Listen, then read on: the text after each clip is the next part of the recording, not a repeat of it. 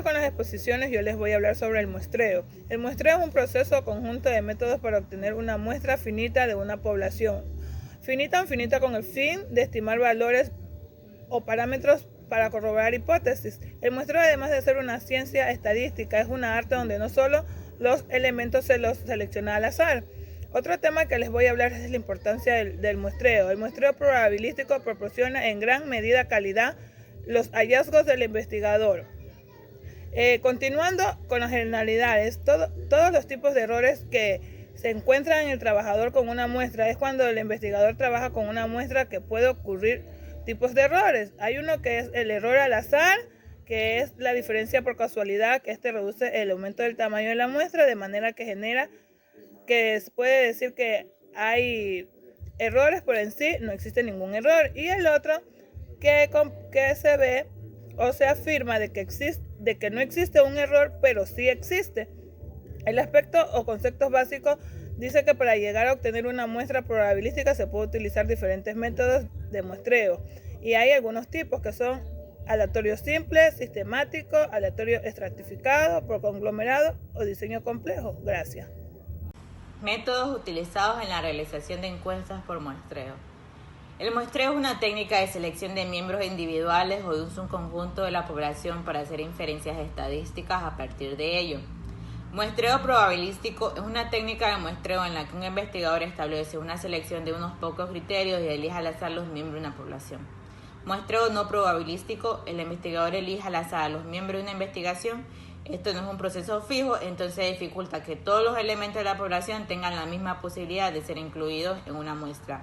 Tipo de muestreo no probabilístico. Muestreo por conveniencia. Es una técnica de muestreo donde las muestras de la población se seleccionan solo porque están convenientemente disponibles para el investigador. Muestreo consecutivo. En este tipo es muy similar al muestreo por conveniencia, con una ligera variación. En el muestreo consecutivo, el investigador elige una sola persona o un grupo de muestras. En esta técnica de muestreo le da al investigador la oportunidad de trabajar muchos temas y afinar su investigación mediante la recopilación de resultados.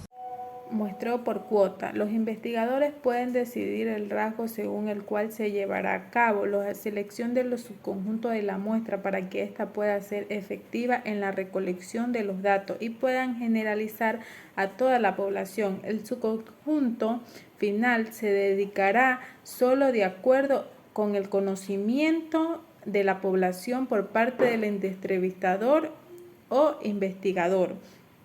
Para comprender mejor una población, el investigador solo necesitará una muestra, no a toda la población en general. Además, el investigador está interesado en un extracto de la población, en particularidad dentro de la población. Es aquí donde el muestreo por cuotas ayuda a lo que es a dividir a la población en muestreo o grupos.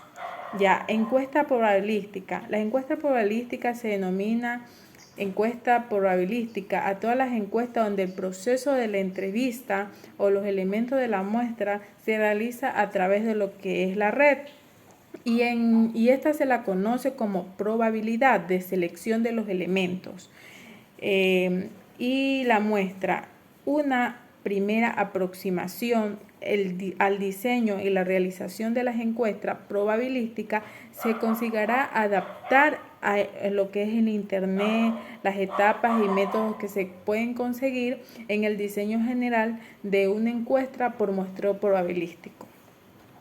Muestreo aleatorio simple es un procedimiento de muestreo probabilístico que da a cada elemento de la población objeto y a cada posible muestra de un tamaño determinado la misma probabilidad de ser seleccionado. La probabilidad de una muestra cualquiera está dada por el número total de muestras.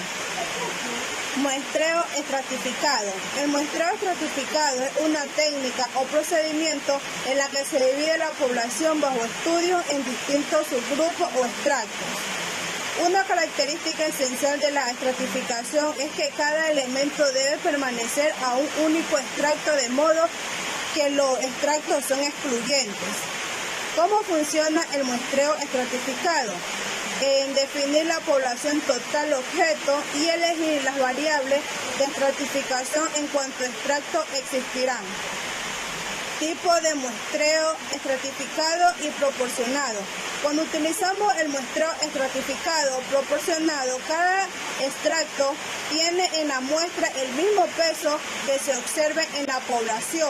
Por ejemplo, si dividimos la población de una ciudad en extractos de edad, es muy probable que obtengamos extractos de distintos tamaños.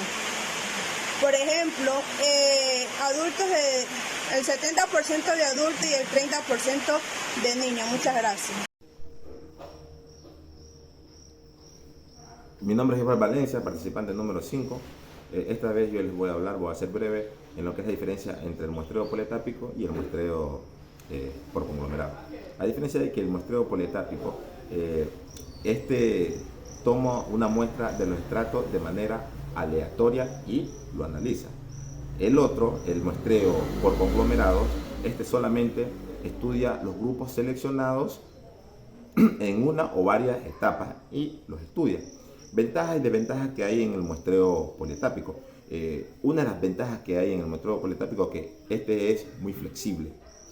Otro es que los costos y los tiempos para llevar a cabo este tipo de procesos pues, son debidamente efectivos. O sea, vale la pena pues, hacer este tipo de muestreo porque hay una ventaja de que el resultado de que se va a obtener va a ser de una manera efectiva. Y una de las desventajas que hay en el muestreo politápico es que es difícil de realizar pruebas. Es muy difícil en este caso. Y también se requiere de una información a nivel grupal. No se puede sacar la información individual. No, en el politápico se necesita pues una de las desventajas que se necesita es una información a nivel grupal. Muestreo sistemático. El muestreo sistemático es un tipo de muestreo probabilístico donde se hace una selección aleatoria del primer elemento para la muestra y luego se seleccionan elementos posteriores, utilizando intervalos fijos o sistemáticos hasta alcanzar el tamaño de la muestra deseado. Pasos para la selección de un muestreo. Primero, definir la población objetivo. Segundo, determinar el tamaño deseado de la muestra. Tercero, identificar el marco muestreo existente o desarrollar un marco de muestreo de la población objetivo. Cuarto, evaluar el marco muestral por falta de cobertura, cobertura excesiva, múltiple cobertura, agrupación, periodicidad y hacer los ajustes cuando sea necesario. Y por último, determinar el número de elementos en el marco de la muestra M. Cálculo del tamaño muestral. El cálculo del tamaño de la muestra es una función matemática que expresa la relación entre las variables cantidad de participantes y poder estadístico. La muestra de un estudio debe ser representativa de la población de interés, como por ejemplo, para estudiar la imagen de los diferentes políticos, se pide a los encuestados que evalúen una escala continua de 0 a 10 puntos. Si se acepta que la desviación típica de esta variable es de 1.5, ¿cuántos casos se necesitan para que la semiamplitud del intervalo de confianza E al 95 de la media poblacional sea de 0.5?